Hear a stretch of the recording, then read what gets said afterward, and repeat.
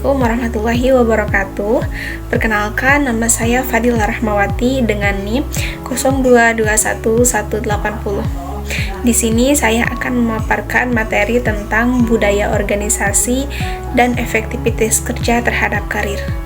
Video ini dibuat untuk memenuhi salah satu tugas mata kuliah perencanaan karir dan pengembangan diri. Dosen pengampu Bapak Angga Pramadista Sudrajat SEMM. Untuk materi yang pertama, saya akan membahas tentang budaya organisasi. Apa sih budaya organisasi itu? Budaya organisasi adalah sistem kepercayaan, norma, dan nilai yang dianut oleh anggota suatu organisasi yang membedakannya dari organisasi lain. Ini mencakup karakteristik unik yang berkembang dalam kelompok, seperti filosofi, ideologi, dan harapan yang memandu perilaku anggota.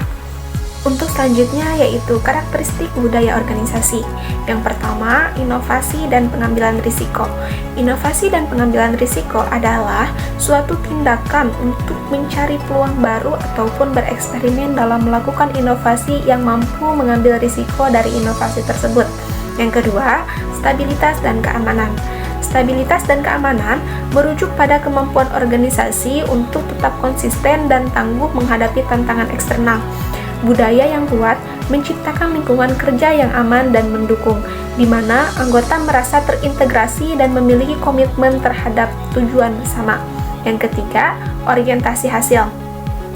Orientasi hasil adalah memiliki harapan yang memuaskan terhadap pencapaian ataupun hasil yang didapatkan, sejauh mana manajemen memperhatikan hasil dibandingkan dengan teknik dan proses yang digunakan.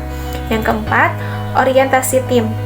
Orientasi tim adalah bekerja sama, terkoordinasi, dan mengutamakan kegiatan kerja dalam organisasi sesuai dengan tim kerja. Yang kelima, keagresifan dan perjuangan. Dengan mengambil tindakan tegas untuk menghadapi pesaing, dan apakah orang dalam organisasi itu memiliki sifat agresif untuk menjalankan budaya organisasi dengan baik. Yang keenam, perhatian segala hal dengan rinci, di mana pekerjaan menunjukkan ketetapan melakukan analisis dan perhatian yang lebih detail. Untuk selanjutnya ada elemen budaya organisasi. Yang pertama, elemen idealistik. Elemen idealistik mencakup nilai-nilai dan keyakinan yang tidak tertulis. Elemen ini berfungsi sebagai pedoman untuk tujuan arah organisasi, biasanya dinyatakan dalam visi dan misi. Yang kedua, elemen behavioral. Aspek yang terlihat dan dapat diamati meliputi perilaku sehari-hari anggota, logo, jargon, serta cara berkomunikasi dan berpakaian. Elemen behavioral lebih rentan terhadap perubahan akibat pengaruh lingkungan eksternal. Dampak budaya organisasi terhadap karir. Yang pertama, komitmen dan kerja karyawan. Karyawan di perusahaan dengan budaya yang baik cenderung lebih berkomitmen dan termotivasi, yang berdampak positif pada peluang dan promosi dan pelatihan. Yang kedua, ada memfasilitasi pengembangan karir.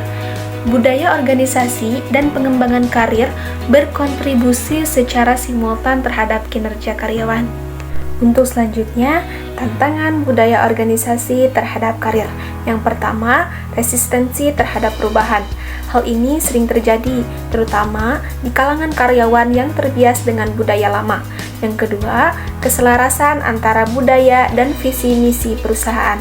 Hal ini sangat penting. Jika terjadi ketidakcocokan, maka dapat menghambat motivasi dan kinerja. Yang ketiga, kesenjangan generasi. Kesenjangan generasi di tempat kerja akan menambah kompleksitas karena nilai dan harapan yang berbeda antara generasi dapat menimbulkan konflik. Selanjutnya ada peluang budaya organisasi terhadap karir. Yang pertama, komitmen karyawan. Organisasi budaya yang kuat meningkatkan komitmen karyawan, sehingga mereka lebih termotivasi untuk berkembang dan berkontribusi pada perusahaan. Yang kedua, peluang pelatihan. Dengan budaya yang mendukung pembelajaran, karyawan memiliki akses lebih baik terhadap pelatihan dan pengembangan keterampilan yang penting untuk kemajuan karir. Yang ketiga, pengakuan dan promosi. Karyawan yang berperilaku sesuai dengan nilai-nilai organisasi lebih mungkin mendapat pengakuan dan kesempatan promosi dan akan meningkatkan jalur karir mereka. Untuk materi yang kedua, kita akan membahas tentang efektivitas kerja. Efektivitas kerja adalah kemampuan untuk mencapai tujuan yang telah ditetapkan dengan tepat dan sesuai dengan rencana. Ini mencakup penyelesaian tugas tepat waktu dan pencapaian hasil yang diharapkan, yang menunjukkan keberhasilan suatu organisasi atau individu dalam melaksanakan fungsi dan pelaksanaannya. Untuk selanjutnya, ada faktor yang mempengaruhi efektivitas kerja terhadap karir. Yang pertama, motivasi. Tingkat motivasi karyawan berpengaruh signifikan terhadap produktivitas kerja dan efektivitas kerja. Yang kedua, lingkungan kerja. Lingkungan yang mendukung dan aman akan meningkatkan kinerja karyawan. Yang ketiga, kepemimpinan. Gaya kepemimpinan yang baik dapat meningkatkan semangat dan efektivitas kerja. Yang keempat, disiplin kerja. Disiplin yang tinggi membantu karyawan menyelesaikan tugas dengan efisien. Yang kelima, pengembangan karir. Kesempatan untuk pengembangan dalam karir mendorong karyawan untuk berprestasi lebih baik. Untuk selanjutnya yaitu hubungan antara efektivitas kerja dan karir.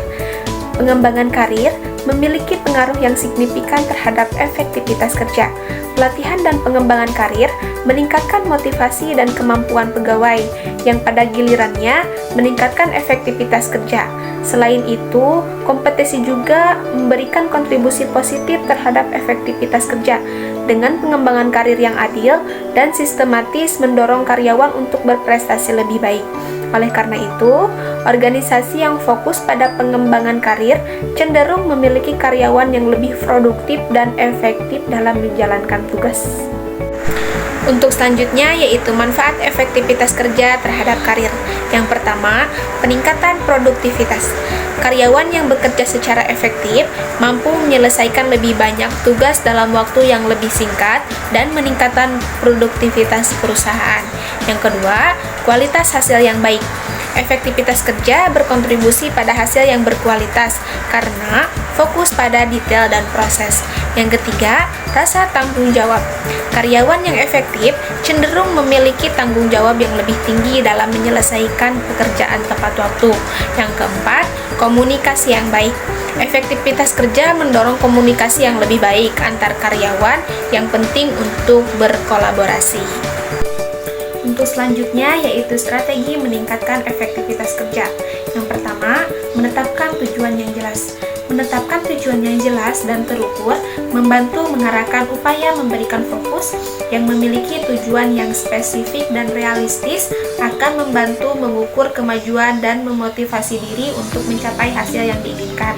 Yang kedua, standarisasi operasional prosedural atau SOP. Menggunakan SOP yang jelas dapat meningkatkan efisiensi, kualitas, dan meminimalkan kesalahan. SOP memberikan panduan struktur yang membantu menghindari ambiguitas dan kesalahpahaman dalam melaksanakan tugas. Yang ketiga, peningkatan keterampilan. Untuk meningkatkan keterampilan dan pengetahuan yang relevan dapat dilakukan melalui pelatihan, pendidikan, membaca buku, atau artikel dan berpartisipasi dalam program dan pengembangan diri. Yang keempat, manajemen waktu yang efisien. Mengelola waktu yang baik adalah keterampilan yang penting. Identifikasi tugas-tugas yang paling prioritas, mengatur jadwal yang teratur, dan menghindari penundaan pekerjaan. Yang kelima, peningkatan kolaborasi dan komunikasi di tempat kerja. Peningkatan kolaborasi dan komunikasi di tempat kerja memberikan kontribusi yang signifikan terhadap efektivitas kerja. Komunikasi internal yang baik dapat meningkatkan kejelasan dan mengurangi kesalahpahaman terhadap efektivitas kerja. Untuk selanjutnya yaitu tantangan dalam mencapai efektivitas kerja terhadap karir. Yang pertama, gangguan di tempat kerja. Lingkungan kerja yang bising dan tidak teratur dapat mengurangi konsentrasi, mengganggu produktivitas, dan meningkatkan stres. Yang kedua, overload informasi. Paparan informasi yang berlebihan dapat menyebabkan kelelahan mental, kesulitan memprioritaskan tugas, dan menurunkan kinerja. Yang ketiga, kurangnya dukungan.